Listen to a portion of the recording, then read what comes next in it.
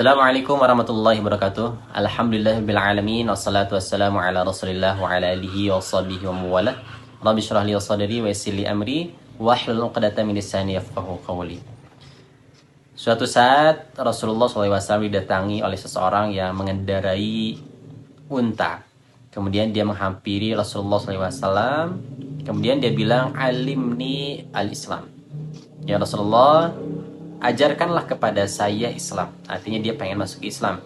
Kemudian Rasulullah SAW bersabda, antasyhada alla ilaha illallah wa anni Rasulullah, dan seterusnya.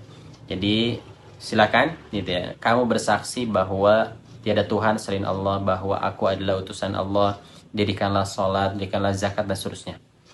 Nah kemudian si laki-laki ini dia bilang aqrartu. Nah artinya dia menerima apa yang dia syahadatkan gitu ya, apa yang dia ucapkan di depan Rasulullah SAW. Kemudian si laki-laki ini dia lanjut kembali perjalanannya, dan dia dalam kondisi masih berada di atas unta.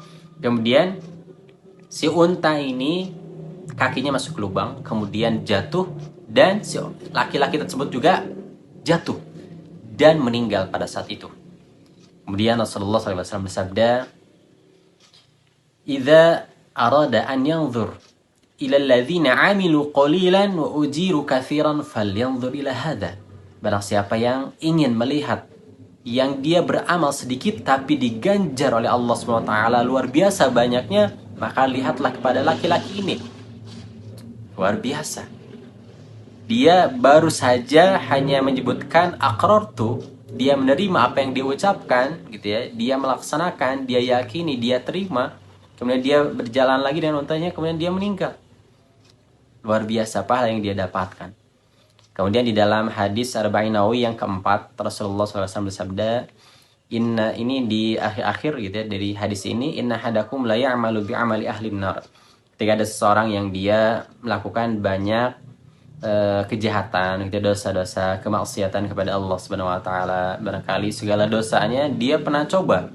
Tapi kemudian di akhir hayatnya dia melakukan amal kebaikan, amal soleh, dia tobat, kemudian dia meninggal dalam keadaan tobat tersebut. Maka walaupun dia dengan usia yang panjang misalnya berbuat jahat, kemaksiatan, tapi di ujung akhir hayatnya dia bertobat dan meninggal dalam keadaan taubat, maka dia faidahulaha, masuk surganya Allah Subhanahu wa taala.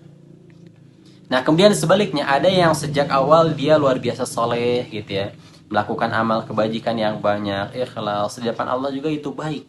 Tapi kemudian di akhir hayatnya dia melakukan hal-hal yang dimurkai oleh Allah SWT, dan dia meninggal dalam keadaan itu, fayadukhulaha, dia juga meninggal dalam keadaan masuk neraka. Nah isyaratnya apa sahabat semua yang ingin kita ambil hikmahnya, bahwa segala sesuatu itu, segala amal itu, baik yang baik ataupun yang buruk, itu tergantung ujungnya. Oleh karena itu Rasulullah SAW bersabda, innamal a'malu bil khawatim. Sesungguhnya amal-amal itu tergantung ujungnya. Amal baik ataupun amal buruk itu tergantung ujungnya, tergantung akhirnya. Oleh karena itu sahabat semuanya, dalam kesempatan yang luar biasa ini saya ingin menyampaikan betapa hari-hari akhir ini, hari akhir di bulan suci Ramadan ini sangat menentukan keberuntungan kita, sangat menentukan manfaat, maslahat, pahala yang ingin kita dapatkan dari bulan Ramadan ini. Jangan sampai kita terlena, dekat-dekat ke akhir Ramadan justru kita malah disibukkan dengan persiapan menghadapi 1 Syawal. Ini sungguh sangat disayangkan. Jangan sampai kita merugi seperti seorang yang tadi gitu ya. Justru di akhir-akhir Ramadan ini adalah akhir penentuan gitu ya, penentuan kita sebanyak apa keuntungan yang ingin kita dapatkan di Ramadan ini. Yang sampai tujuan itu malah terkalahkan dengan tujuan atau persiapan-persiapan yang kita lakukan di untuk menghadapi 1 Syawal. Apalagi ketika kita melihat potensi-potensi di akhir Ramadan ini, ada malam Lailatul Qadar gitu ya. Nah ini yang perlu kita garis bawahi sejak awal gitu ya di video ini. Kemudian yang kedua yang harus kita kedepankan sahabat semuanya, bahwa kita memiliki malam Qadar. Lailatul Qadar, malam di mana diturunkannya Al-Qur'an, di mana malam Allah SWT mencatat kedua kalinya nasib seseorang gitu ya.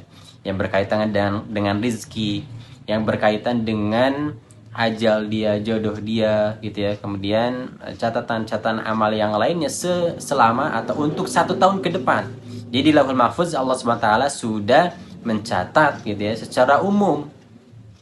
Nah, maka ada pencatatan kedua yaitu pada malam Lailatul Qadar. Ya, jadi sekali lagi selain di sana diturunkannya Al-Qur'an, kemudian yang kedua pencatatan kedua, nih ketiga malaikat itu turun. Ya, tanazzalul malaikatu warruhu fiha biizni rabbihim. Jadi para malaikat itu turun ke dunia, memenuhi dunia ini sehingga keberkahan, rahmat Allah SWT itu turun. Artinya ketika malaikat itu turun, nah mereka mengambil atau membawa rahmat dan keberkahan. Nah inilah yang jangan sampai kita sia-siakan. Jangan sampai kita sibuk dengan yang lain. Walaupun misalnya kita nggak bisa i'tikaf, tidak mengapa. Misalnya kita karena ada amanah lembur di tempat kerja sampai 24 jam, kita belum mungkin i'tikaf di masjid, tidak mengapa. Di tempat kerja kita zikir, melakukan amal soleh, kita baca Al-Quran, tidak mengapa. Karena Lailatul Qadar itu berkaitan dengan waktu, bukan dengan tempat. Walaupun sebisa mungkin ya kita harus bisa i'tikaf gitu ya, karena itu pahalanya luar biasa sekali dalam i'tikaf. Nah, dikatakan oleh Atha Sakhrani, masal mu'takif kamathal mu'takif kamathal abdun yalqa nafsahu baina yaday rabbi. Jadi permisalan untuk seorang yang melakukan i'tikaf itu, dia menyerahkan dirinya di hadapan Allah Subhanahu wa taala, kemudian dia bilang, "Ya Allah, la abrah hatta taghfirali." Ya Allah, kami tidak akan beranjak dari tempat ini, dari masjid ini, sampai Engkau telah benar-benar mengampuni dosa-dosa saya. Sampai Engkau benar-benar akan memberikan rahmat-Mu untuk saya. Nah itulah i'tikaf. Kenapa kita berada di masjid? Karena kita menginginkan maghfirah, menginginkan rahmat dari Allah SWT turun kepada kita. Nah itulah keutamaan i'tikaf. Tapi sekali lagi, kan i'tikaf ini hukumnya sunnah, supaya kita dalam keadaan i'tikaf dan kita mendapatkan malam Lailatul Qadar. Ya. Jadi dia sunnah, tapi kalau bisa kita usahakan, kita usahakan. Tapi kalau memang misalnya kita nggak bisa, ya nggak apa-apa, gitu ya. Kita bisa fokus ibadah di waktu-waktu atau di tempat-tempat lain, tidak apa-apa. Demikian barangkali ini sahabat semua yang bisa kita sampaikan. Mudah-mudahan reminder ini atau perhatian ini mudah-mudahan bisa mengingatkan kita supaya kita bisa fokus terhadap hari-hari akhir bulan Ramadan ini, karena sekali lagi begitu berharganya hari-hari akhir ini. Yang sampai kita tersibukkan dengan persiapan-persiapan menghadapi Lebaran atau 1 Syawal. Jazakumullah khairan. Wassalamualaikum warahmatullahi wabarakatuh.